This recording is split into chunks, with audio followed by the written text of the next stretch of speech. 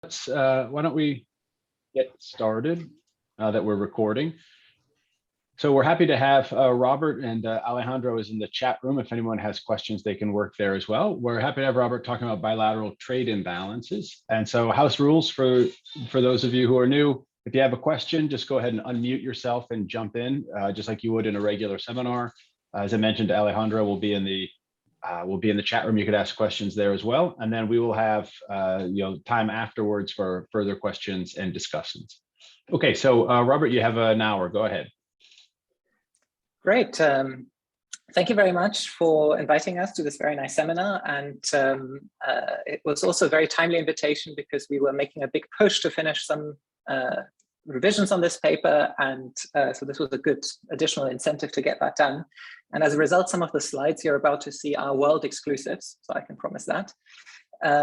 Now, we know this is a very lively audience, so we're very much looking forward to your questions and comments. And as you know, this paper is joint work with Alejandro, who's on the line, and I'm going to jump right into the motivation.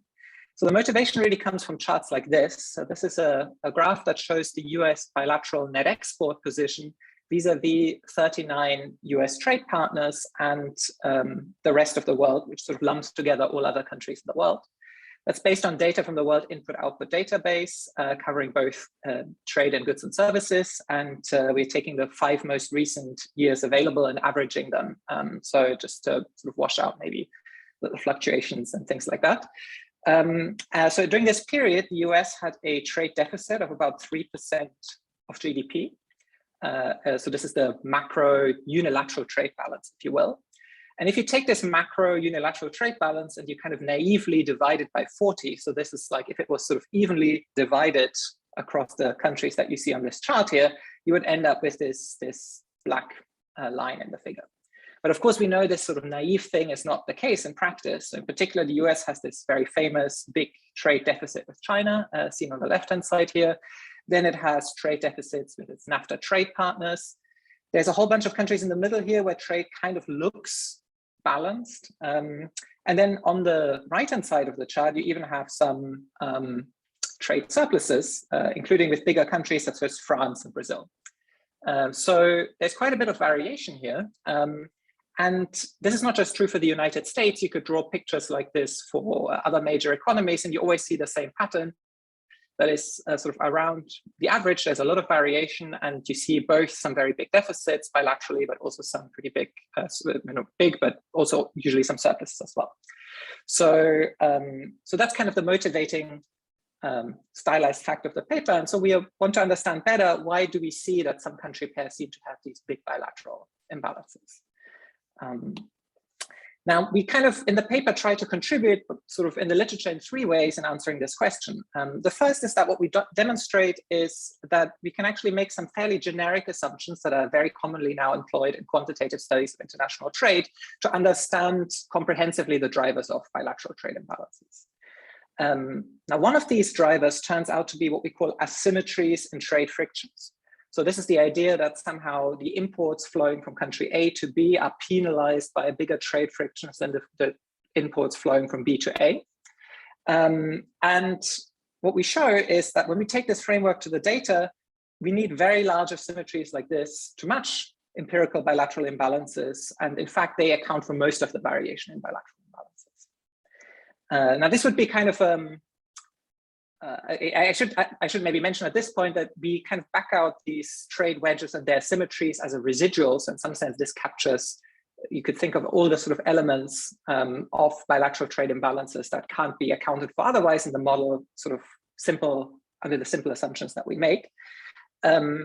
And this would kind of maybe be just an interesting curiosity if it weren't for the fact that this actually seems to have pretty big macro and welfare consequences. So what we do is we put this into a fully fledged quantitative trade model, and we ask, in a hypothetical world in which we make all bilateral trade barriers pairwise symmetric across countries, what would happen? And not only does the model confirm that then most bilateral trade imbalances would disappear, but on top of that, you see pretty big effects on countries' real GDP and consumption levels, with the median country actually gaining 10% of real GDP. Now, of course, the idea that somehow you could go and with some magic wand make global trade wedges sort of pairwise symmetric everywhere seems pretty unrealistic. So in the last part of the paper, we try to kind of gather some evidence of the extent to which perhaps the policy environment might make some impact on trade wedge asymmetries. And we actually use them for maybe some more bit realistic policy experiments at the end of the paper. All right, so having got to this point, let me give you a bit more detail on exactly how we proceed. The key assumption that we make is that sectoral trade flows are governed by sort of a structural gravity equation. And if we make this assumption, which, as I said, is basically pretty commonly made both in empirical and sort of model-based studies for international trade now, there's exactly 3 sources of variation in bilateral trade imbalances. The first is macro trade balances. So if, as in the case of the United States, for macroeconomic reason, a country has a big trade deficit, a macro trade deficit, and it trades with another country that for macro reasons has a big trade surplus, it's not surprising that then you'd see a bigger imbalance in trade between these 2 countries than you would see, say, if you have 2 surplus countries like Germany and China trade. The second is what's known as sort of triangular trade patterns. So if you're in a world in which country A, B, and C all produce different goods, and country A only likes country B goods, country B only likes country C goods, country C only likes country A goods, you naturally get sort of trading patterns which give rise to pairwise imbalances, even if actually at a macro level, trade could be perfectly balanced. And so that's the sort of triangular trading patterns. And then anything that can't be explained by these first 2 forces has to come from asymmetries in trade frictions. And I mentioned this idea that trade one direction between a pair of countries is penalized more than trade in the other direction. And of course, when we get to the sort of model, you'll see a bit more precisely what we mean by that. Now, one thing that we show is that you can kind of use this framework to perform a simple variance decomposition of the contribution of these 3 factors to the variation in bilateral trade balances that we see in the data. And when you do this, it turns out that the third component is by far the most important. So 86% of the variation in bilateral imbalances, appropriately defined, is due to these asymmetries in trade frictions. Triangular trade accounts for about 12%, and then the sort of macro trade balance only for 2%. And I find this quite interesting because the macro trade balance, when, as economists, we talk about trade imbalances, that's sort of usually the first explanation we turn to. So we say the US and China have a big, US a big deficit with China because, the US is a deficit country, China is a surplus country. And even though that in this specific case, that might be an important factor, overall, when you explain variation in bilateral imbalances, this is actually the least important. Of course, the second tier, Robert, just to be clear for a second, you're not going to say that you're not going to be able to say that the asymmetric trade frictions can influence the macro trade imbalances. You're going to think of these things as orthogonal in some way. So that's an important question. So initially we are kind of starting with this variance decomposition, and this variance decomposition we can, as I said, make under fairly simple standard assumptions. And then what we want to do in the next step, actually exactly what I want to come to now, is we put this in a dynamic trade model. And the key thing of that model is that actually macro trade balances are an endogenous object. So we're looking at steady states of that model. And in that model, the macro trade balance will be an endogenous object. So in principle, in that model, one of the reasons we do this exercise is because we are thinking, well, let's take this stylized fact that we've uncovered here. And let's say somehow with a magic wand, we could make global trade wedges symmetric. Surely we would expect that to have all sorts of general equilibrium effects, presumably even on the macro trade balance. Sort of how important are these effects?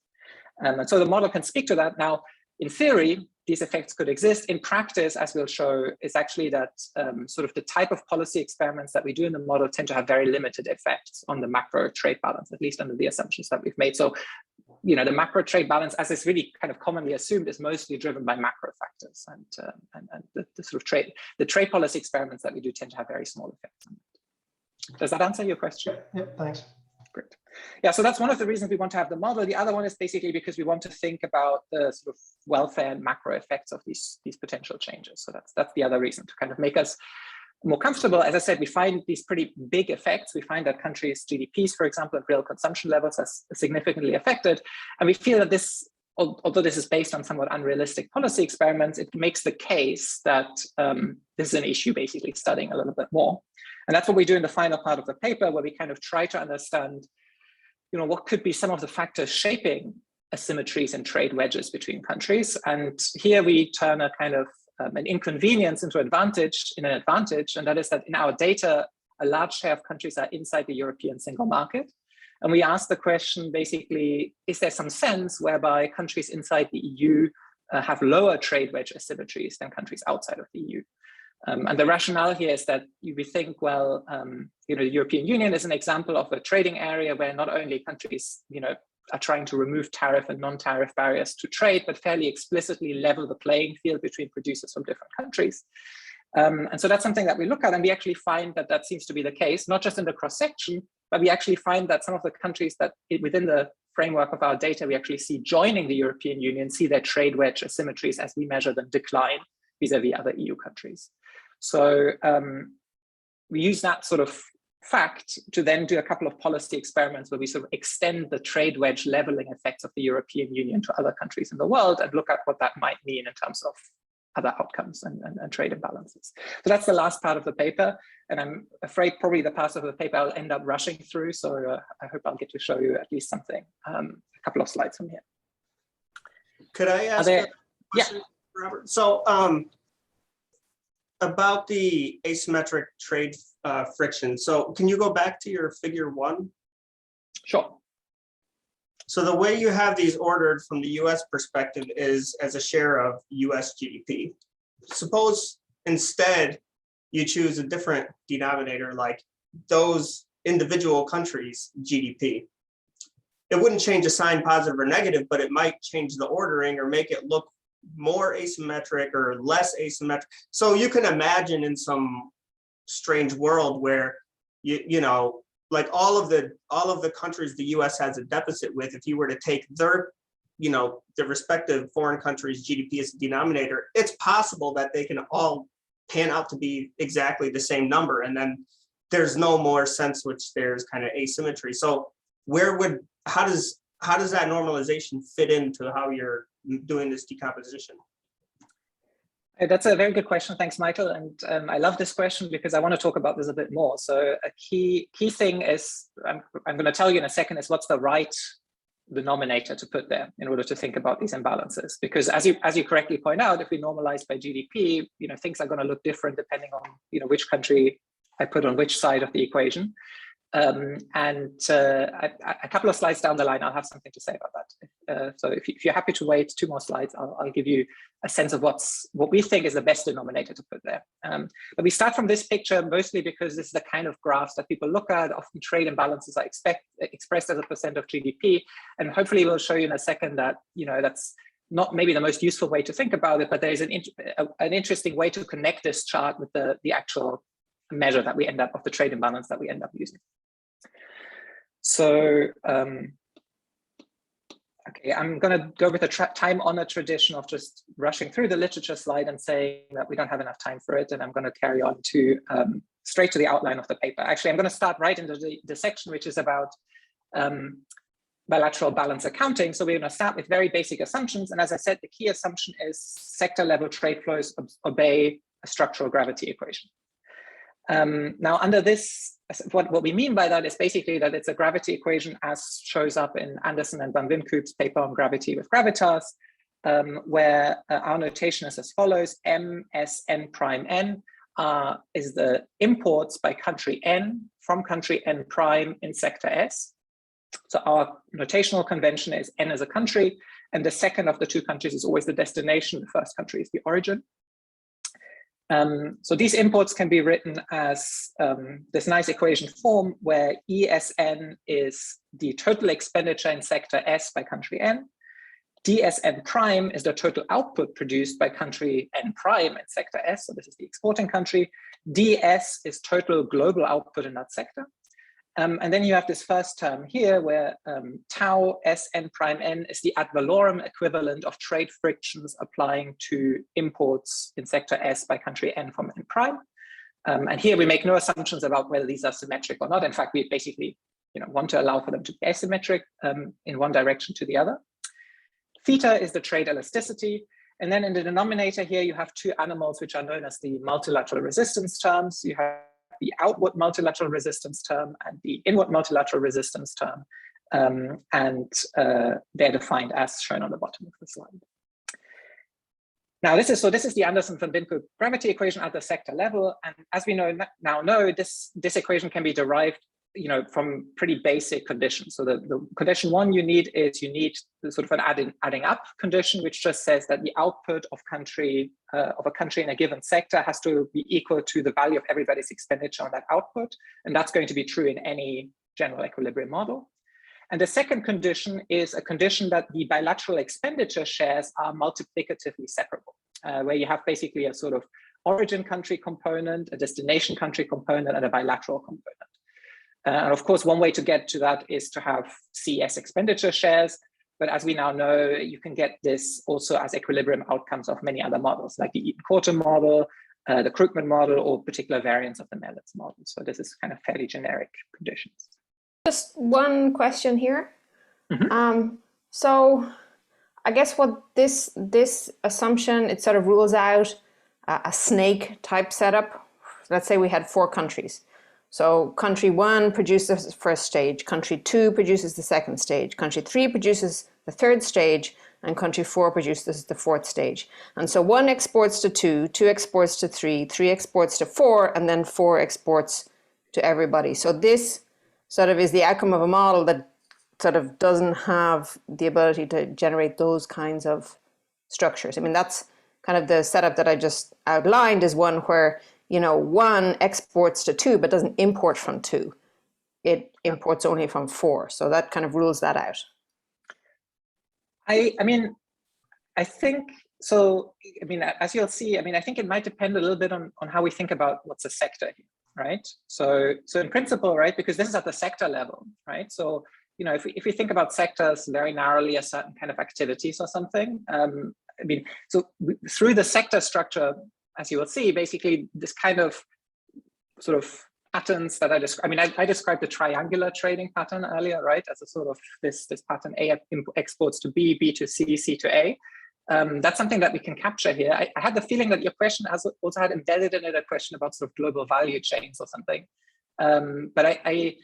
So the way we think about this is sort of at the level of activity. So across these different activities that are represented by a sector, you can create these type of sort of chains, if you like, but that may or may not be associated with production stages or something like that, right? So it's just could be. We think of these as basically differences in the production and spending patterns of countries, and as you will see in a second, they will enter as a potential source for bilateral imbalances here. Does that answer your question? Well, I'll just wait to see what happens next. Okay, great. Yes, and can I interject to maybe clarify to Doreen? So essentially in your example, the expenditure in sector S is 0 unless you're immediately after the country, right? Well, in some sense, I'm telling a story where if you were to measure trade in value added, it would look like this structure here, but the trade in gross output is not going to look like this here. And that sort of kind of underlying what your model is, whether you're going to talk about gross output, value added, it's going to matter how the mapping works. Yeah. So I think 2 things. One, I'm going to show you the next slide so you can kind of see the accounting equation that we're going to use here. And then, of course, in the end, hopefully maybe 10 slides down the line, I'm going to come to our fully fleshed model where you actually see that there is an input-output structure here, which is, makes specific assumptions about the way the input-output structure of the economy works. So hopefully that will add some clarity. Robert, so here's the, yes. Robert, I'll just, coming to this, thinking like a little more aggregate for a second, which is, we know that this model does horribly when we think about like the relationship between the U.S. trade balance and the real exchange rate, in that the elasticity of substitution, the only way to sort of match the lag lead correlations is to have that theta be kind of varying over time. And so I assume that must also be happening at the industry level. Are you going to have a way of making any adjustments for those lag lead structures, or are we going to basically just say that those are all due to trade costs? So I mean, we are going to think about this very much in the cross-section or when we come to our model as a steady state. So, you know, I won't be able to say much about like sort of the short-run macro dynamics that might be going on and how well the model fits those. So we kind of will really be sort of looking at the data through that lens. And so in that sense, like, no, I mean, about things like, you know, sort of the kind of over time changes and imbalances and sort of the real exchange rate and things like that.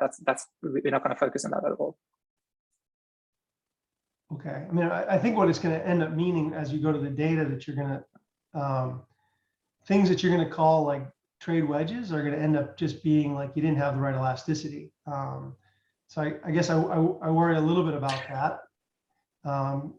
And, you know, we'll see what you did, but you know, it'd be useful to sort of go, you know, you could even aggregate up your model and just sort of say, if we had a different short run and long run elasticity, how would our interpretations on the bilateral imbalances, you know, would they be right or wrong? It could be that it doesn't affect like your interpretation of the bilaterals, it just affects kind of the average wedge or something.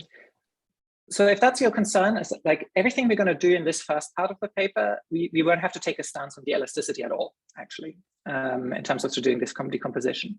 But then when we come to the model, the macro model, and we think about how counterfactual changes affect things, of course, what kind of trade elasticities we input into the model will have a big effect. And there we basically take kind of estimates that people commonly use for these type of exercises in the trade literature. Okay. But yeah, I think it might help if I go, because we don't want to dwell too much Right. at the sector level. We actually want to go to the aggregate macro level here. So that's the next slide. So here, all I've done is you take the imports, sectoral imports I just showed you. At the country pair level, we take the difference. So you have your sectoral trade imbalance, and then you sum across sectors. So here we end up with the aggregate trade imbalance. So here we have the difference between here you have the difference between the imports by country n prime from n and the imports n from n prime. And you can see that this is the bilateral net exports by n to n prime. And now you can see that, so this is the equation that we get that encapsulates the three drivers of bilateral imbalances I mentioned at the outset of the talk, right? So the first is what you can see here is nxn is the macro trade balance, right? So you can kind of see that if we stick with the example of the United States and China, if country n is the United States, if you have a big deficit here, so this number is low, this means your net exports are going to be low vis-a-vis all trade partners. And then if you meet a trade partner that has a big surplus on the other side, then the imbalance is going to be especially large. So this encapsulates the fact that, as I said, the macro trade balance has an impact on the bilateral trade balance that you see through the gravity model. Now, the second thing is, I hope this maybe speaks a little bit to the question about the sort of trade chains, right?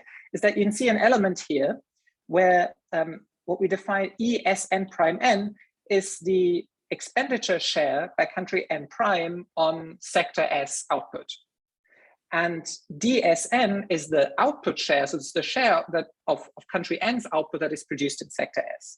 And so you can see that one other way in which a big net exports by country N to country N prime can come about is if country N tends to produce the type of goods on which country N prime spends a lot. But at the same time, country N prime doesn't tend to produce the types of things that country N spends a lot on.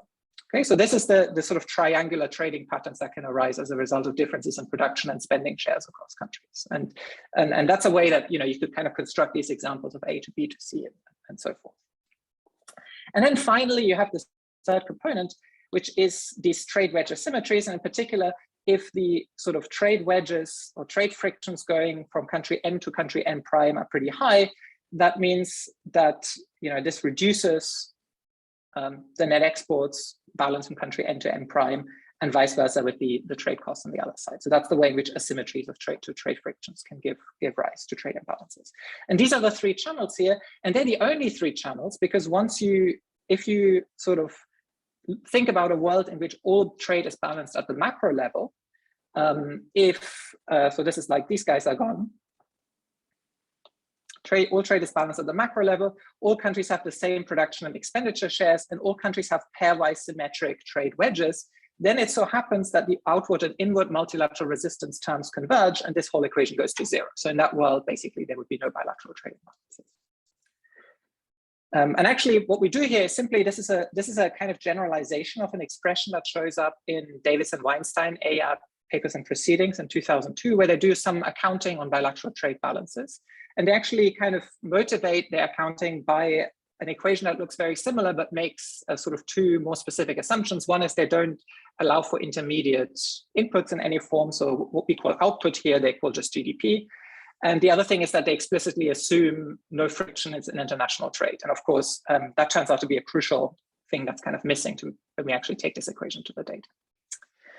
So that's going to be the framework that we use for our accounting exercise. Now, I promised Michael that I would say something about numerators and denominators. And I'm coming to that, and that's the last step that's needed before we can take this animal to the data. Now, we motivated with this picture of the US bilateral net export position vis-a-vis all countries. And now what we do in this chart is we basically decompose bilateral net exports into two components. One of them is what we call the proportional trade imbalance, okay? So we express the difference in trade flows one way and the other relative to the geometric average of trade flows between the two countries. And Michael, as you will notice, basically this means that this is now an animal that is sort of pairwise symmetric, right? And then the second bit here, this is simply geometric average of trade flows as a share of GDP, the US with its different trading partners. So in some sense, you just need to multiply one by the other, and we get back to the bilateral net exports as a share of GDP that I showed in the first picture. And what this does is this decomposition is useful to think about like the different underlying drivers of what we saw in this figure, right?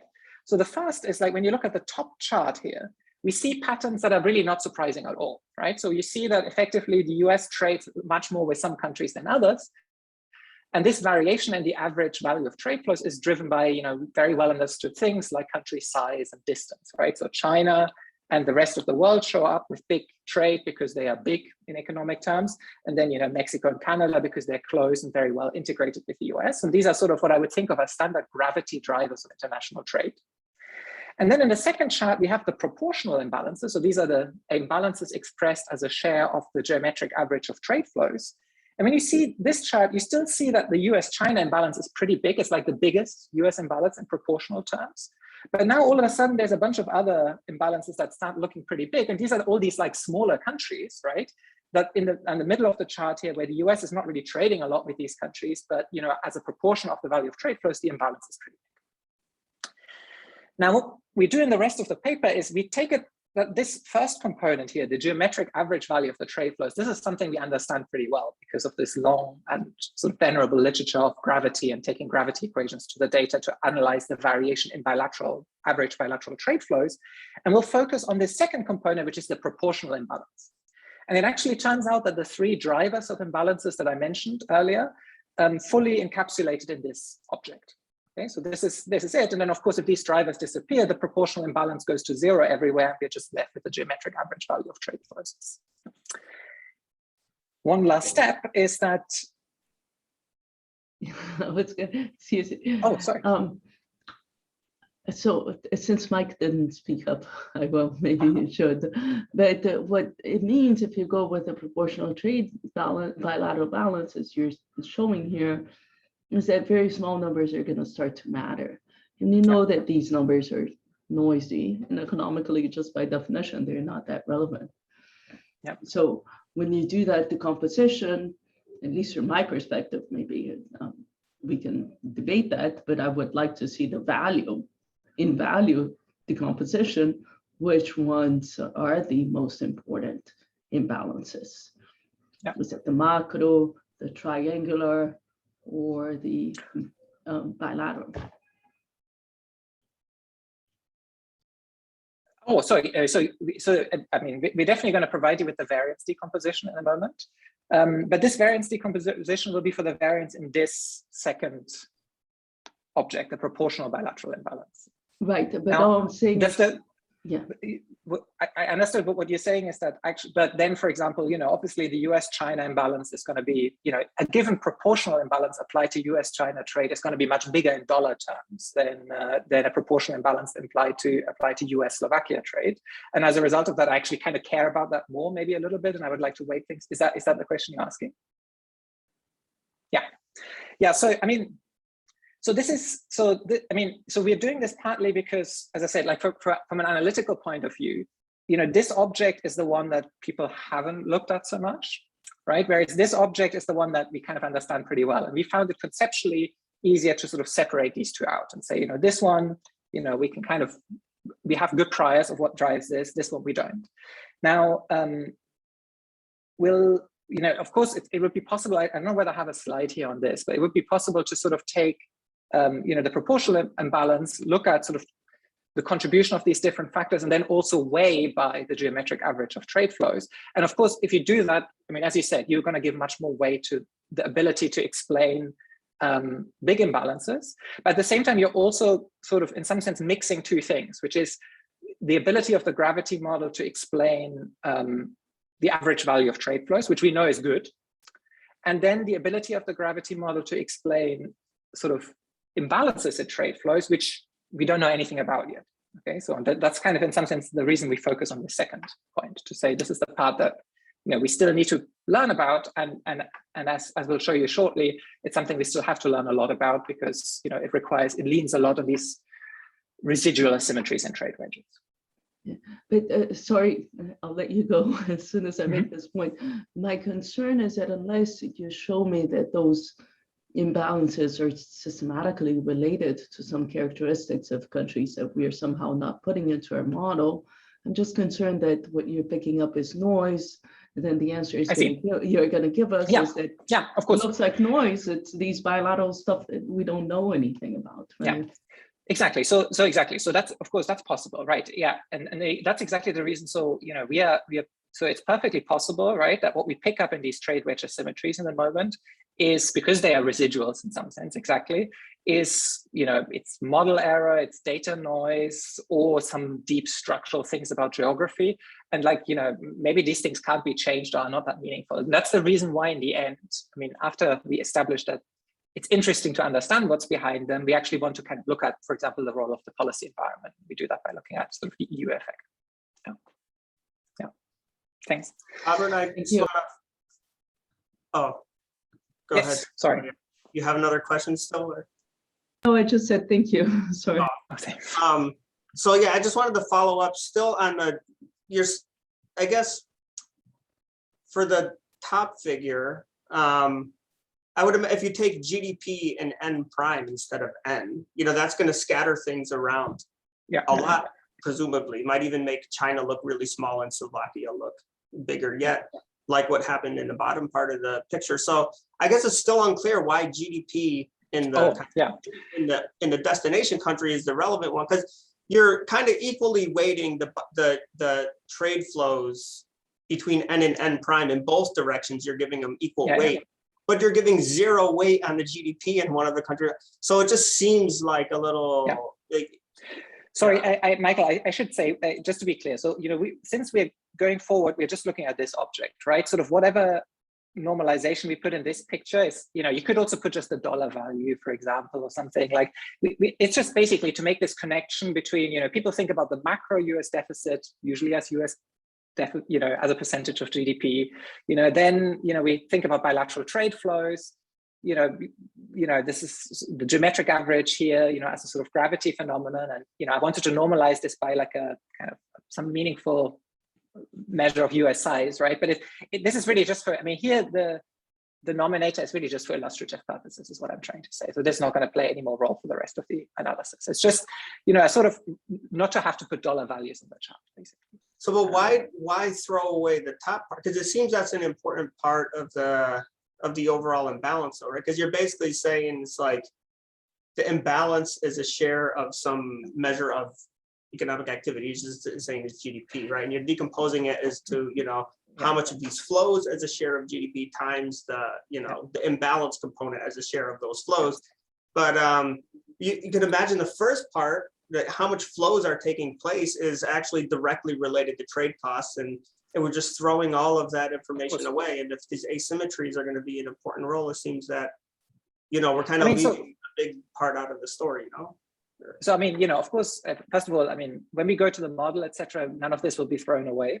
The second thing is that this is just for the, so as I said before, that the key, we are, you know, like if you tell, I mean, basically what we're saying is, you know, when you look at trade balances, you can decompose them into one component, which is about how much countries trade. And we already know a lot about that.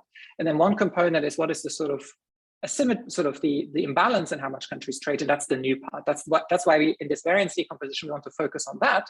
Because as I said, the gravity equation's ability to explain the top chart is tried and tested. The gravity equation's ability to explain the bottom chart, that's basically novel territory in this kind of structural form. And that's why we focus on that just for this first part of the presentation. Right, I'm gonna jump to the next slide if that's okay. So what I want to show here is effectively this point is that, you know, I talked about these three drivers of trade imbalances, and, you know, they fully explain this proportional, what we call the proportional imbalance. And we can show that because the proportional imbalance can be linearly approximated to be expressed as these four terms, log terms here, where the first term tells you basically about macro trade imbalances. The second term is these differences in production and spending patterns, so the triangular trade component. The third term is asymmetries and trade wedges, one direction and the other. And then the last term is basically the ratio in the two countries inward to outward multilateral resistance terms. Now, the first of these three terms can all be easily understood. The last term is obviously, in some sense, you can think of this as being a bit of an interaction between the other three terms, because I told you that in some sense, so this makes this decomposition slightly less clean, at least in theory, because as I told you, if the other three terms are zero, then this last term is going to be zero as well, right? So this, in some undefined sense, at least in theory, this last term is basically the sort of combination or reflects interactive effects between these three. So what we want to do is we want to take this object basically to the data as a first approach and kind of say how much of this variation in the proportional bilateral imbalance that's in the data can we actually understand with this framework. And when we do that, just a quick question about this decomposition. You guys chose this this geometric average of trade flows as opposed to just an arithmetic average. It seems like if you did the arithmetic average, you would get like an even cleaner expression in terms of just the difference in two import demand equations. Is there a reason why you guys did this? Is it just because of, yeah. So I have to say that we went to this, so we tried a bunch of different averages, but I think we went to this one pretty quickly in the beginning, because in the gravity literature, especially the empirical gravity literature, there's actually a sort of old tradition that people often, when they don't want to worry about imbalances, just take geometric average of trade flows. And there's actually a big discussion about why that's the right measure to use rather than the simple average, etc. So it's sort of for us, it was a neat way to do this decomposition, to say, here's that component that people often put on the left-hand side of a gravity equation when they estimate, etc. And then here's the other component, which is the one that people sometimes kind of try to brush under the carpet. Yeah, I mean, when you do it at the aggregate level, if you do the arithmetic average, you get just a really clean decomposition, which is just the log difference in import demand equations. It's just beautiful. It's even cleaner than this. So anyhow, we can talk about that's that. That's worth, maybe we want to kind of try this as well. So we want to take this object to the data. And the issue is basically that the first two terms, the net exports and the production spending shares, if you take it to the right data, these are observable objects, right? But the trade frictions and the multilateral resistance terms are not. So we cannot just look them up in some table. And so here we introduce one more kind of an identifying style assumption,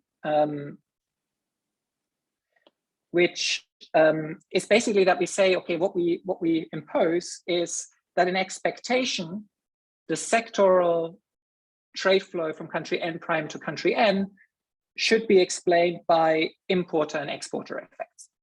Okay? So in other words, what we're doing here is we're treating kind of trade barriers as a kind of residual. Okay, so we're kind of saying, you know, as the residual of a kind of gravity model. And the advantage of this is kind of, we think of this as twofold. First is then we can estimate with Poisson maximum likelihood a simple gravity model with country importer and country exporter fixed effects at the sector level. And we could just back out the trade wedges as the residual of that model. And then, as Fally shows in the 2015 paper, this PPML estimation is actually a theory consistent estimation for the types of models we're looking at, and that it satisfies all the adding up constraints of a general equilibrium model of this form. And so that also means that we can take the output of the fixed effects that we put into this model and actually directly calculate the inward and outward multilateral resistance terms for that. Okay, so this is all just leveraging Fally's paper. And we think this is one utility. It's very easy and parsimonious. And the second utility is that in some sense, this is the way that we're saying we're basically trying to explain as much variation as possible in bilateral trade flows through country effects. And then trade wedges, which are like a country pair effect, are sort of treated as a residual, which in some sense minimizes the variation in trade wedges that is needed to explain the data and sort of minimizes the potential role that they might play in explaining asymmetry. So we kind of think of this also as a relatively conservative approach. Yeah, does that seem all right? And then using this method, we can take this equation right away to the data. And the data we're using is basically the World Input Output Database for the last, as I said, we're taking an average, Robert, partly because we are, yeah. Just to clarify, but don't you need the theta there? You're just saying it's related to some, the gap in trade wedges is just yes. scaled up by the theta, but. Sorry, I wanted to come back to that, yes. So you can see that what we back out here, when we do this estimation, what we back out as the residual is basically implicitly the trade wedge raised to the theta. Yep. And then when we stick this in the various decomposition, you can see that the theta is included in that term. So we never actually have to specify the theta. We are kind of obtaining, because the theta applies equally to the inward and the outward wedge, right? Sort of the asymmetry in this term is just related to that. And so we never actually have to specify what the theta is. Okay. So our residual trade cost residual here is implicitly contains some to be specified value of theta. We don't have to specify that. Okay. Right, so we take it to the World Input Output Database. We average across the 5 most recent years available. We partly do that because we don't think the gravity equation necessarily explains short-run things. So we want to average out maybe some short-run fluctuations, also maybe some errors, etc. That's partly why we do this averaging. We aggregate it to 31 sectors, 15 goods and 16 services. And this is because in the end, when we go to the model, we actually want it to be consistent with other people's papers that have provided trade elasticity estimates that we can use. And then we have 40 countries and the rest of the world. I've already talked about that. So I'm just going to jump right past that and show you just one more chart, which is, this is the actual proportional imbalance between countries in our data, these 40 countries in the rest of the world. And this is the linear approximation from our formula.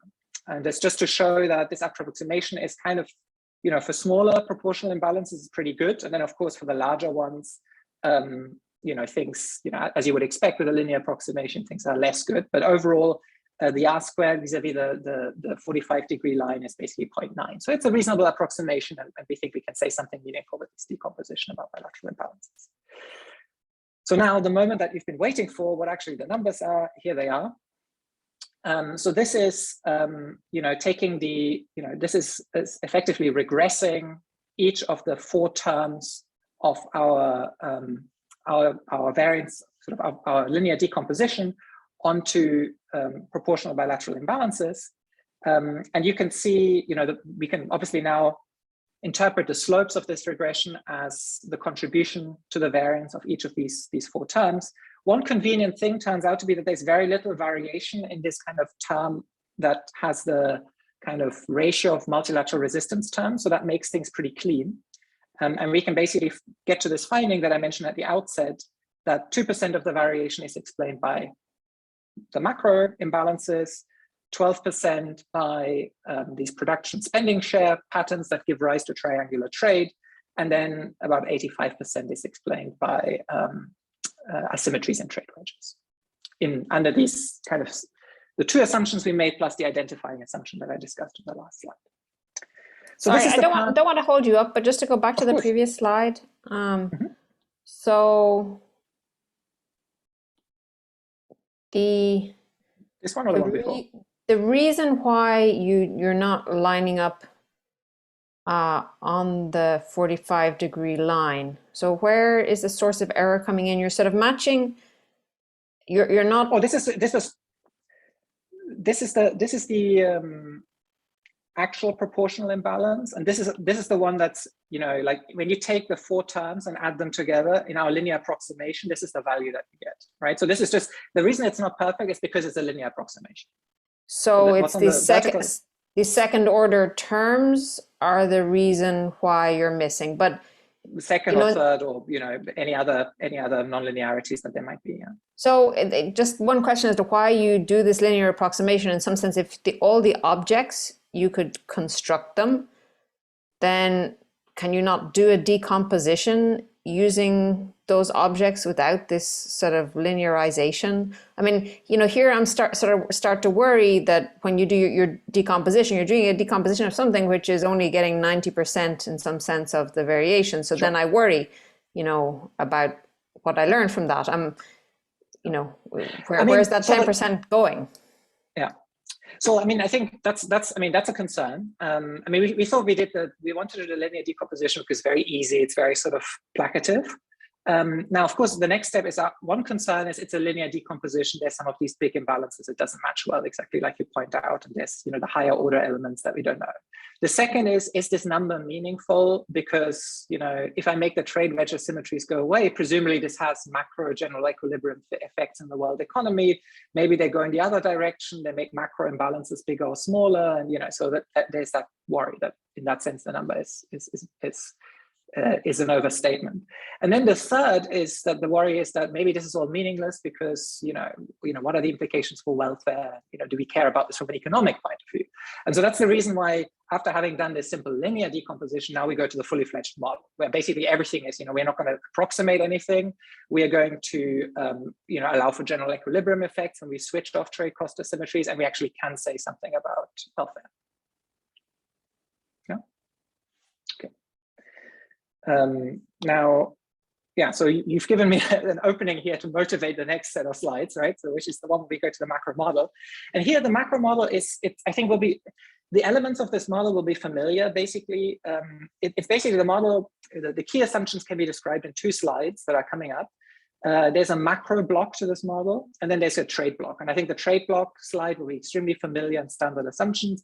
And the macro block, I mean, yeah, has one specific assumption that we're making that requires a bit of elaboration, and I'm going to come to this right now. Okay, so we're setting up a many country, many sector dynamic trade model. And the idea is that we want to basically match all the sort of trade patterns and key macro outcomes in the global economy, and then ask the question, what happens if we switch off trade wedge asymmetries that we measured in the data?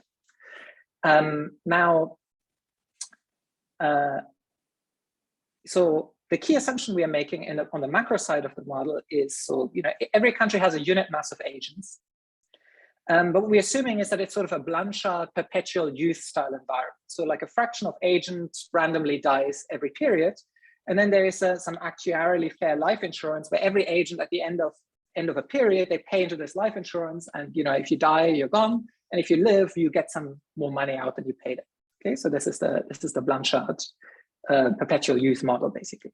And the reason we do this is basically because it allows us to, you know, create a disconnect between individual and country level Euler equations in the model. And that in turn gives rise to a steady state distribution of countries' assets that is non-degenerate. And that in turn means that you can actually have steady state trade imbalance. So that's something that in a Ramsey model with infinite horizon agents, you wouldn't get. So the key innovation here, if you like, is just to introduce this sort of overlapping style, generation style structure to highlight that this is a way to get steady state trade imbalances that are an endogenous object in the model. And we did this because, you know, in the very first draft of the paper, we basically used a static trade model and then had macro trade imbalances as like transfers between countries, which is like a simple modeling trick that people often use. But that doesn't seem particularly satisfactory in a paper where we're interested in the potential general equilibrium ramifications of changing trade barriers, including to the macro trade balance. So we kind of came up with this structure as a way to endogenize trade balances as a steady state outcome and kind of use the structure of the model in that way. So, so that's the key part on the macro. Otherwise, everything here is very standard. So there is no aggregate uncertainty. People only have uncertainty about their time of death. They maximize the expected lifetime utility with period utility as logarithmic. And the key thing is that while everybody in the world has the same risk of dying at any point in time, countries differ in terms of their intertemporal preferences, in terms of their rates of time preference. And this is going to be the source of differences in countries' steady state assets and also steady state trade balances. Now, what agents do is they maximize this subject to their budget constraint and individual agents. So here, an individual agent that was born at time t prime, what they do is they can spend money on consumption, they can spend money on investment in domestic capital, or they can save money via a riskless international bond, right? And this is going to be needed in order to create the sort of international financial markets that give rise to international asset positions and trade imbalances. So that's what agents can do. And they receive income from some exogenously growing human capital endowment, and then of course from their own accumulated investments in either capital or the international riskless bond. Capital, has this sort of standard depreciation, and yeah, that's it. And we assume essentially there's this one riskless bond, so there's like this perfect asset and no other sort of frictions to international asset market integration. So this is the macro side of the model.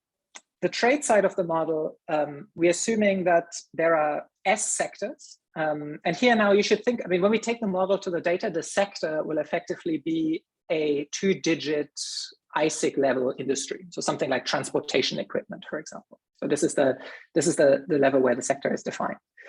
And what we assume is that basically in the economy, there's some kind of aggregate all-purpose good. And this good is assembled from these different sectors in a Cobb-Douglas fashion, right? So to make this aggregate good, we're using transport equipment, we're using financial services, etc., in Cobb-Douglas fashion. And then this aggregate good is used for consumption, it's used for investment, and it's used as intermediate inputs in production. And now, how are these sector level goods made? So how is transport equipment or financial services is made? Well, here we're making a standard Armington assumption. So the idea is that at the sector level, there's country varieties of each particular good, and we are assembling these different varieties. So there's your German car, your Japanese car, your American car, etc. Now, this is the other assumption that is worth talking about a little bit, because this is the assumption that gives us that in the model, we will have a structural gravity equation, just like the one that I used for the variance decomposition, right? And again, just to emphasize this here, we picked Armington. We could have also picked an Eaton-Corton model, for example, to get exactly the same. It's just a little bit simpler to do it this way. Right, so this is the key structure of the model. Now, how are these country-specific goods produced? So your German cars are basically made with German production factors, and they're made with German intermediate inputs, where of course the intermediate inputs, they come from this part, right? So in German, you use this multi-purpose good, and you use this as an intermediate input at production. And then there's a German car-specific productivity, which in the case of Germany, we think might be relatively high to other countries. So this is your element of sort of sector-level comparative advantage. And then last but not least, we assume that there's some iceberg trade frictions between countries, which basically mean that they introduce this wedge between prices in Germany and the United States. And that's our measure of trade frictions. And of course, this should not be thought of as simply shipping costs. This could be shipping costs, could be policy barriers, both tariff and non-tariff barriers. It could also be due to preferences or sort of sector-specific technology. So in the paper, we actually write this a bit more generally just to make this point. But the key thing is not to think of this literally as like shipping costs or something, but like a sort of all-purpose measure of the ad valorem equivalent of trade frictions that causes price differences between countries. And then finally here, there's just an aggregation thing, which is to say that aggregate consumption is just the aggregated consumption of all the people alive in a country, and the same is true for investment. And one thing to note is that when we use investment here, we've introduced a kind of investment efficiency. So this parameter, this eta here, is just a parameter that allows us to capture that although we assume in the model that international financial markets are perfectly integrated, when we take the model to the data, you see that countries have different marginal products of capital. So we use this investment efficiency as a black box way to capture why some countries, have trade imbalances, but the marginal product of capital is not equal everywhere. So we're going to use that trick there. So this is the Robert, structure of them. You're Yes. thinking about there's no uncertainty over the structure of these bilateral trade costs at all. No. Yeah. And as you will see, I'm actually coming to that. So we're going to analyze we're only going to do a comparison of steady states.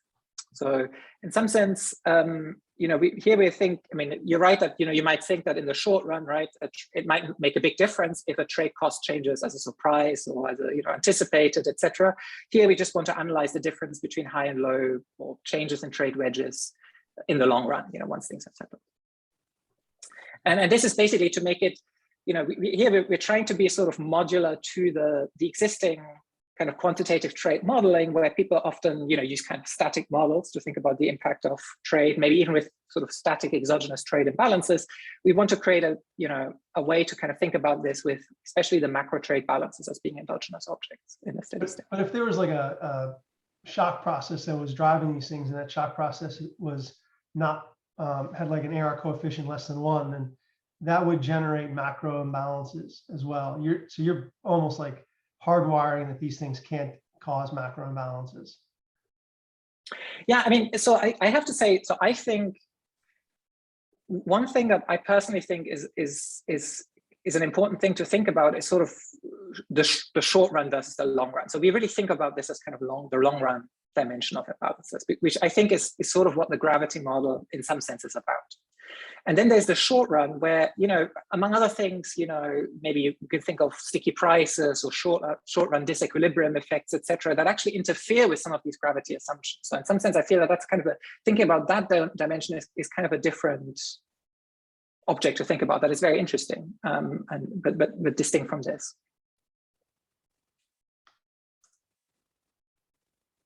Yeah, is that okay?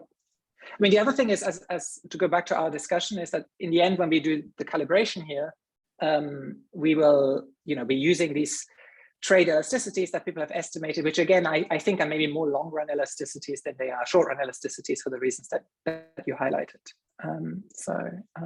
I'm conscious that I'm essentially almost out of time, so I don't know what the rules are in terms of running over, or whether I should hurry up. What's the best time to aim for? You've had a lot of questions, so you can have a few extra minutes, but we typically don't run over too much.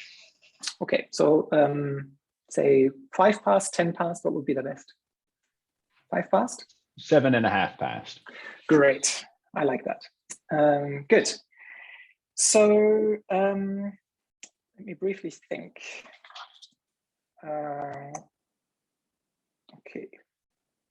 Okay, a couple of things about the model to highlight is, so I've already, because I have to go a bit fast, I'm gonna do it like this. So I've already mentioned, so once we go to this, actually should go back to the previous slide.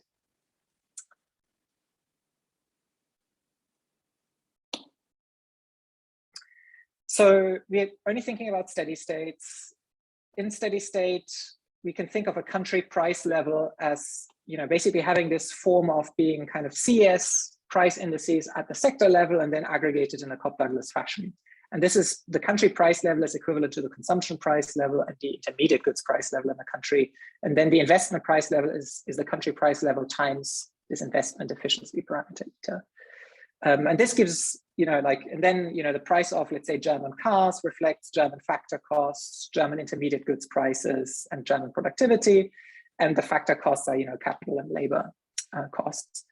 And this allows us to write GDP in a fashion where, this is taking effectively the, form of, real GDP can be written in terms of, aggregate productivity, a term that reflects the trade contribution, which is basically the Akoulakis Costino Rodriguez Clare insight in a many sector model, so like in OSSA 2015, for example.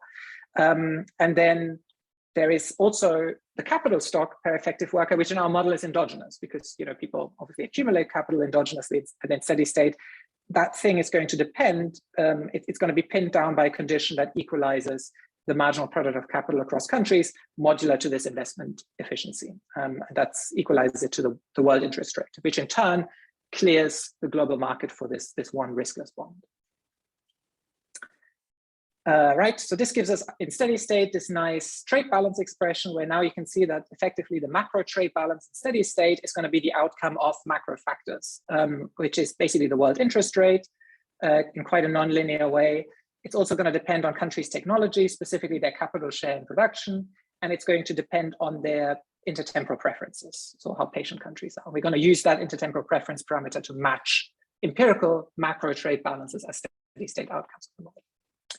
And then sector trade flows, this is what we previously called total spending of country N. This is the share of spending in sector S. And then you see that obviously from Armington, we get the CS expenditure share that satisfies the condition that we need in order to get a sector level gravity equation.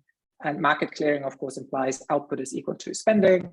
The nominal spending on production factors equals, value added, and net exports are summed across countries to 0. So that's the way the model is solved. I'm not going to, for time reasons, I'm not going to talk about the calibration. We actually don't need to fully calibrate the model in principle because we can use exact hat algebra just to do counterfactuals in the model. And one nice thing I want to advertise a little bit is the fact that our exact hat algebra is basically modular to the exact hat algebra that people normally do in static trade models. But there's 3 extra equations that capture the dynamic side of the model. So that's quite nice because it gives you in principle this feedback effect from trade policy to macro trade balances and the capital stock via the world interest rate. Now in practice, or in theory, this is nice. In practice, as I said, the quantitative effects in anything we do are extremely small through this channel. So it doesn't really end up mattering that much. Now the key counterfactual we do is a counterfactual that is global trade wedge symmetry. So what we simply do is we take our measured trade wedges at the sector country pair level, we look at the higher of the 2 wedges and we lower it down to the level of the lower of the 2 wedges. Okay, so that's basically saying it's a trade liberalizing experiment where it's not like we're lowering bilateral trade costs in both directions, but only in the direction where we have the higher barrier, lowering it to the level of the lower barrier. And we see what that does. And the first thing is here. So this is basically drawn as a picture to be analogous to the variance decomposition story that I told you before, which is that now on the horizontal here, you have the actual proportional bilateral imbalances. And on the vertical axis, you have the counterfactual imbalances after we've kind of got rid of all trade wedge asymmetry in the global economy. And you can see from the line of best fit here, right, that this is becoming a lot flatter. So a lot of the variation in imbalances really disappears. And I mean, I think you can quibble about exactly how to make the link between these 2 exercises, but I think the main point stands is that most of the variation in these bilateral imbalances goes away when we do this experiment. And this is now taking into account the general equilibrium as well as any nonlinearities. Wouldn't one of your other terms also change as well? Yeah, that's right. So I don't have here a slide on. We can do so now we could do the decomposition again and say, okay, one channel is gone, and we can look at the other term. So yeah, but yes, of course. If you would just average them out, then you wouldn't be affecting like the scale of trade in the whole world. That would have been a cleaner way of doing it. Yeah, I mean, we've been going back and forth on this quite a bit. And like it turns out that with some of the other experiments we do later, this is a better benchmark for comparison. But we've done different exercises. But you can do both. I mean, you get essentially the same result. I mean, from the vantage point of just looking at imbalances, you get the same result if you meet in the middle than if you sort of do what we do here. Of course, this has an effect on the outcome on GDPs and all these kind of things. I want to do one other thing here, which is to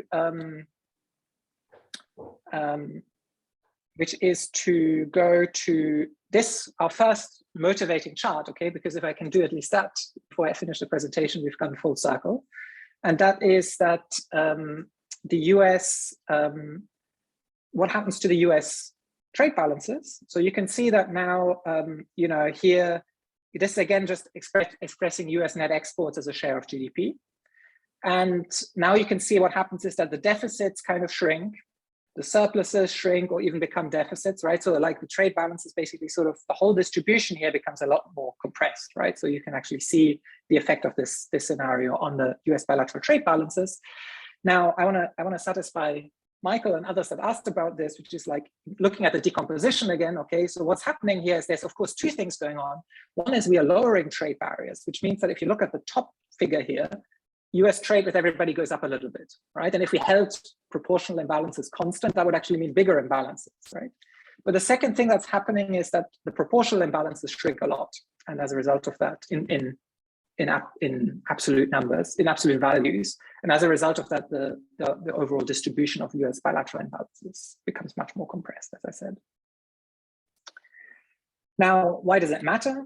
It matters because when you do this experiment, you get pretty big long-run real GDP and consumption effects. So you can see that for the median country in this chart, the GDP goes, GDP and consumption. So as I said, the macro trade balance doesn't change that much. So whether you look at welfare, I mean, the more appropriate measure of welfare in our model is real aggregate consumption, not real GDP, but they move together very closely. For the median country, there's an increase of 10% in real GDP consumption. And for some countries, actually significantly larger, including, these countries on the right-hand side of the chart here. And notice these long-run effects look big, partly because we have the standard static trade effect, right, whereby this trade liberalization reduces, increases real incomes. But then on top of that, there's a dynamic effect that comes from capital accumulation, because the trade effect makes them, increases the marginal product of capital everywhere, causes more capital accumulation, which amplifies the original trade effect in the long run. So that's the second part of the story. Right, now I'm gonna say. So this last point, it's we know that, right? Yes, okay. Yeah, no, absolutely. I just want to, because sometimes, I'm sorry, this is a sort of ingrained from presenting to non-trade audiences, that sometimes people got this notion that we have now shown the gains from trade are small, and I just want to emphasize, no, they're not, because of these dynamic effects. But of course, this is not new. Last thing I want to say is we can do, so maybe this is the most interesting thing I can say to finish off, right? Which is this whole trade wedge counterfactual. As I said, it seems a bit far-fetched, right? We've measured something that could be these asymmetries in trade wedges, that could be model error, could be data problems, could be things about geography we don't understand, could be things about policy we don't understand. And so we want to kind of get a better gauge of whether policy can make an impact on these, or policy seems to have an impact on these asymmetries. So as a last step, what we do is specifically look at countries in our, so the World Input-Output Database, the earliest data you can get is from 1995 to 99. We are using for our baseline 2010 to 2014. In between these periods, you have 11 countries in the data that joined the European single market. So what we do is basically look for these countries to see whether joining the European single market has an impact on these trade wedge asymmetries. And we show that actually the trade wedge gaps, if we repeat our analysis for the earlier period, we compare the gaps before and after for these countries, there's a statistically significant sense across actually all goods producing sectors, which are the majority of trade flows in our model, where these asymmetries shrink. And so as our last experiment, what we say is, what if we take this EU seeming trade asymmetry leveling effect of the European Union, and we extend it to non-European Union countries in our data? So just to say, we understand the European Union doesn't just level trade barriers, it also reduces them, but we just take the effect of shrinking the gap between the higher and the lower wedge, and we export that to all non-EU countries in our data to kind of get a sense how much would that impact bilateral imbalances as we've measured them.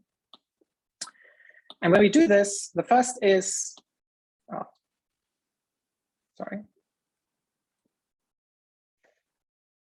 the first thing we see is you still get a pretty significant, obviously not as big, but there's still some reduction in bilateral imbalances as measured in the data. So this is the comparison chart to our full global trade wedge symmetry counterfactual. And you also still get pretty significant GDP consequences, especially, and we found this quite interesting, for countries here, like very actually big GDP consequences, for countries on the right-hand side chart here, which are Mexico, Korea, and Turkey, all of which are countries that strike us as being economies that are fairly integrated with a big market in their region, but not to a full sort of single market extent, if you like, right? So these are, and so again, we take away from this, maybe there is some dimension to which policy can make a difference. And actually, again, the numbers suggest that this is actually potentially a pretty sizable and interesting difference that it can make. And conscious that I'm out of time, I will just conclude here and just remind you, maybe I don't even need to remind you. I mean, the key takeaway for us is there seems to be this big portion of the variation in bilateral imbalances that, sort of standard structural gravity modeling has to ascribe to asymmetries in bilateral trade frictions. And, playing around with this a little bit more really makes the case that we want to understand these asymmetries a bit better. I mean, we don't think it's just policy. We actually think there might be many other factors behind it, some of which might be immutable, but some of them might not. And given the sort of potentially big impacts that we see, we think it's a sort of an interesting agenda to look at these a little bit more going forward. And we hope that at least to some extent, we've made a useful contribution in this paper to sort of chart the course for that. Okay, great. Thank you, Robert. Very good. So let's just open up the stream now to questions or comments. You can go ahead and unmute and just hop in. Yeah, Robert. Hi. Yeah, sorry. Quick question. You were talking about the, this difficulty of, opening up this wedge, this trade wedge, and if it's policy. So once you estimate the wedge, you just went rapidly to the model and to run the experiments. But how you guys trying to decompose this wedge, projecting it with, maybe fundamentals versus policy?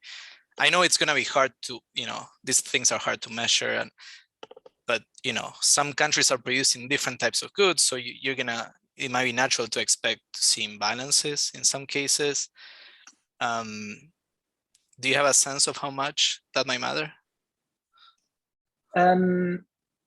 Yeah, so I mean, so one tricky part, the one tricky part is that there isn't much guidance out there on how to do this decomposition, right? So one thing that we did is, so we kind of thought, you can think about, that there might be some pairwise symmetric contributors to trade wedges, right? So we typically think about distance or things like that as being pairwise symmetric.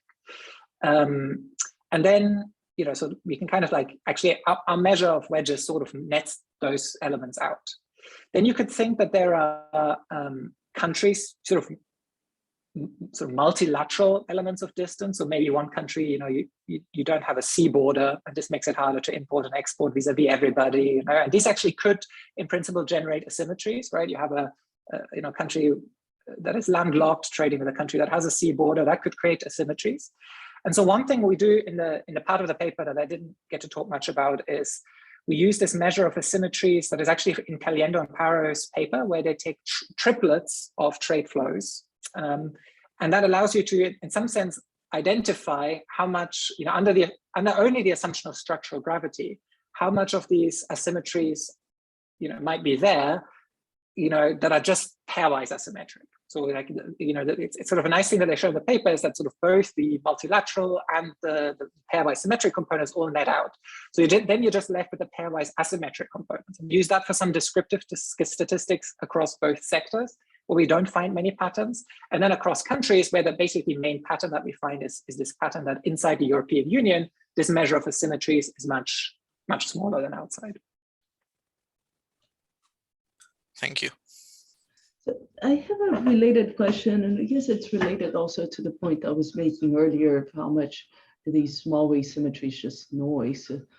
At one level, why stop at just the bilateral? As you just said, maybe we can do sector importer-exporter imbalances, right?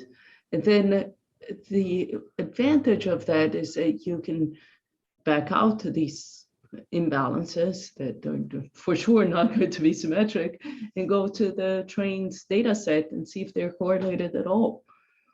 And are you picking up something about these tariff and non-tariff barriers that's documented in the data? I see. Yeah. I mean, so we did think about this. I know you're in a revision, so you don't want to take any more work, but it just seems like a natural exercise. Yeah, no, I agreed. I mean, the issue is basically one limitation that we found when we try to think about this a bit at the sector level is basically that we, zeros.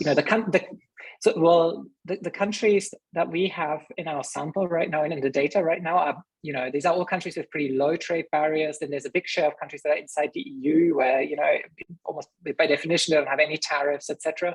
So we played around a little bit with tariff data because tariffs have the advantage of being, Very low. an actual measurable, sort of in ad valorem terms wedge, but these are just so small that we can't explain much with that. And then we kind of try to turn this disadvantage into a virtue by saying, well, we know the EU is trying to get rid of tariffs and non-tariff barriers. Let's look at this dimension at least as a sort of measure of the impact of policy. But I mean, you're right. In principle, there's more things that you can do, right? And also you can do things at a finer level of aggregation. One of the key objectives we had for this paper was to have a link between the sectoral and the macro and kind of think about that in a coherent way, sort of starting out from the starting point of the paper by Davis and Weinstein, where they actually start along the similar dimension. So that was a key thing. And it was very helpful to use the not very disaggregated world input output database for that, because it's one that's specifically constructed so that everything adds up and matches, and it's convenient to model and to do gravity estimations in the theory consistent way, etc. I have a couple of comments. One, I wanted to go back to the story about the snake that I talked about earlier. So I think that, the snake is fine if it happens across sectors, but if it happens within sectors, then you're not capturing it. And your sectors are pretty aggregated. So, it's like, I don't know, within autos, if we have the tires at various different parts, and it's like, yeah, I produce a lot of autos and I consume a lot of autos, but I'm not trading with you because, we're just at different stages in the chain. And so then the question is, where does the fact that you have a setup that won't capture that, where does that show up? Is that going to show up in these trade wedges? And then this gets back to, Cecilia's point about, is this just noise? Is this picking up something else? And so I think, for your point, for your decomposition, this is super important to try to convince us that really these wedges are not, they're picking up what you want to pick up, which is barriers to trade, rather than just, this is how these snakes show up in the data. So that's one point. Then 2 points relative to the sort of the model and the counterfactual. One, I found the model, the part about the sort of motivating or sort of the asset market, all of that stuff, super confusing. So, I come from a perspective where, why are we going to do trade across dates and states? We're going to do trade across dates and states because A, I want to do consumption smoothing over time because, we have some risk considerations. My output is high when your output is low and vice versa. You don't have any of those shocks in your model, so why would we have any trade imbalances? Or second of all, we're in some sort of, let's say, a convergence situation where we have, poor countries who are far away from their steady state and rich countries who are at their steady state. And so we get these kind of, I want to invest in you, because I get a high return from my capital from putting it there, and then you're going to pay me back forever. It's like in steady state, you're going to run a deficit today and get all that money you're going to invest, and then you're going to run a surplus forever after to pay me back. So those are the sort of two reasons why I think, I understand, or this kind of captures broadly the two reasons why we would have trade across dates and states, net exports being non-zero. And I don't see how your model, because you don't have any shocks and you're not, maybe it's all about this, there are countries that have, need to, it's like, where is it, why are these countries trading across dates and states? So I would like to understand that. And then, you set up a particular asset market. Is that a good asset market? Maybe it's not a good asset market. It just happens to be about the only one that we can solve. We can do complete markets. We can do financial autarky, or this intermediate case of this frictionless bond thing is something that we can have a little bit of a handle on. But are any of those good approximations? It's not clear that any of us is a good approximation. And basically, you know, in the international macro literature, a bond economy and complete markets, pretty much a wash. It's kind of like the same. So why bother to do all the work? You know what I mean? Yeah. So I'm sort of like just that part of the whole thing, it bothers me. And then just one small point with respect to that counterfactual, you know, you're treating your wedges as if they're icebergs. And so the iceberg melts a little bit. That's your story. Well, obviously there's more resources to go around in the world when anybody's iceberg melts. So clearly everybody's going to be made better off. Point number one. Point number two, if this really is about policy barriers, well, if it's tariffs, where's the tariff revenue showing up? You know, how do we think about this counterfactual? Is it purely about icebergs melting? Then yeah, sure, we don't need to take account of tariff revenue. But if it's about policy barriers, is it tariffs? What is it? And where, you know, would that show up in the budget constraint of each country? So, yeah. Yeah. So, I mean, let me quickly respond in reverse order, basically. So on the counterfactual, yeah, you're right. So, for example, if that, you know, we didn't explicitly model tariff revenue. And you're right that if you think about these as tariff barriers, then there would be revenue implications. Now, we felt like on relatively safe grounds because there aren't, you know, basically, as I said, tariff levels are pretty low among the countries that we look at here. And we didn't want to have to, we basically wanted to get some sense of the measure of how much does this matter in, you know, without, yeah, so that's the kind of, but yeah, I mean, so for example, if specifically, for example, you wanted to study the model of tariffs, obviously modeling revenue would be important. On the macro imbalances, I think there were two parts to your question. One is A, what's the motivation for intertemporal asset trade in the model? Where are these imbalances coming from? And B, why bother? If I got this right. Not why bother, but just, you know, you put down, this is the asset market. It matters what asset market you write down. Yeah, sure. And is this a good representation? It's about the only one we can solve. So yeah. You know. So let me exactly. So on the first one, it's the second reason that you mentioned, which is that, so here you have countries that basically differ in terms of, actually they differ in terms of their the discount rates. So we basically just assume people have different preferences. They also all, you know, different technologies, etc. So and undertake capital investments. So the reason you get steady state imbalances here is basically similar to the situation that you describe. You know, where you said basically, you know, you borrow from another country to finance investment and repay them forever. That's the similar type of, I mean, that's the kind of reason why we get steady state imbalances in this model, which is the sort of, you know, there's a steady state, countries have steady state foreign assets or liabilities that they permanently service. And that gives rise to trade, so macro trade deficits and surpluses in the steady state of the model. Now, does that make it so? And the key thing was, of course, as you know, right, the difficulty is in general equilibrium, right? We wanted to find a way to make it work with many countries as a general equilibrium model. That's why we introduced this intertemporal, the overlapping generations element to the model that allowed us. I don't actually not sure that you need that overlapping generations version. I mean, there's kind of two papers out there. There's the Ricardo Reyes-Heroles, and there's this other paper with is it Sam and Jonathan Eaton and sort of a series of co-authors. Like there's two papers out there. I don't remember either of those having this feature. I'm not sure that you need it to do those, to solve those kind of things. I mean, well, anyway, so I think, I mean, right. So basically, we found this was quite tractable and quite easy to take to the data in some sense. It's it had the benefit of being easy to integrate into the sort of exact algebra type analysis that people tend to perform on these models on the trade side. And that's basically goes to your question about what's the motivation for doing all this.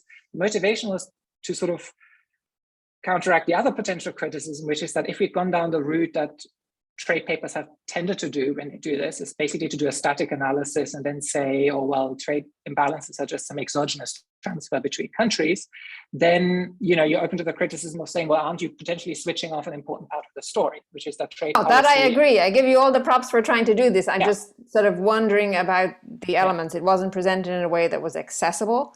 And I think that those are elements that you want to emphasize. This is why these countries are trading. and this is the assumption that we make. I'm not sure that you can do this with the exact hatch algebra. Nobody else does it. Like that seems to be that there's some other trick where you're basically eliminating, in some sense, the important dynamic concerns in order to get, because if we're going from one state to another, exact hatch algebra is basically some kind of log linearization around some steady state. And if you're going from one steady state to another, I'm not sure that makes sense to me that you can do that. So that makes me a little bit nervous. But I give you all the props you're trying here. I'm just wondering a little bit about the details. I needed to know more. Doreen, if I might interrupt. Hi, how are you? Give us a few days and we will send you the paper, and we'd be very happy to have you have a look at it. But the point here, as Robert was saying, is that actually with this intergenerational or overlapping overlapping generations structure, which is what the Blanchard-Yari story is after all, basically the aggregate imbalance is a steady state outcome, regardless of initial condition.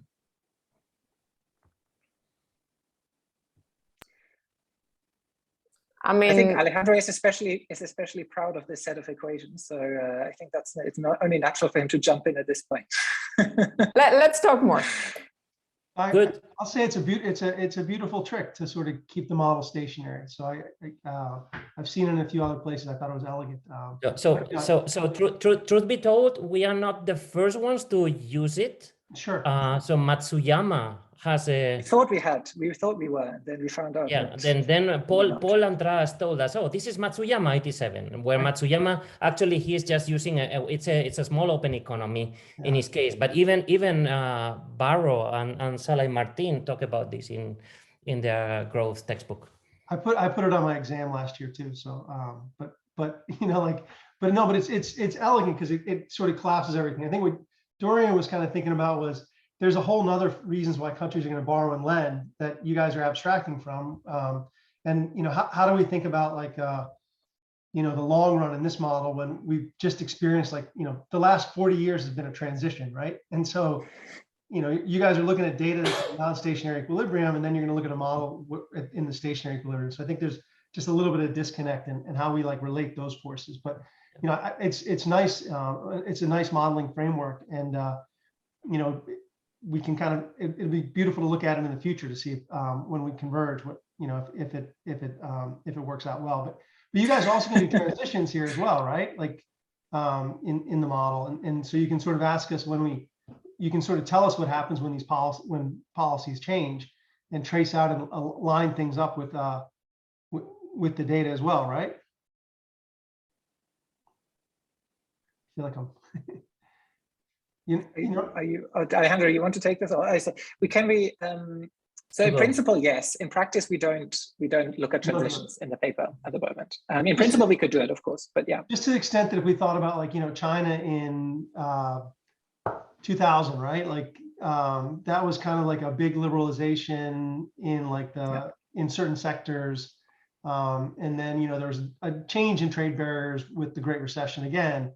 And, that's like a period where these imbalances blew up and then contracted. And it's just that you guys have a framework to kind of think about what was happening from those changes in trade barriers, which were asymmetric, right? The US really lowered its barriers on textiles in 2000. And there was nothing that China was doing at that point to provide trade barrier access to the United States, right? And it was asymmetric for a lot of countries as well. So I think you guys could look at it to come back to circle around to the comment that who was it that Dorian and Fernando made as well. I think that you could relate it to actual policy changes.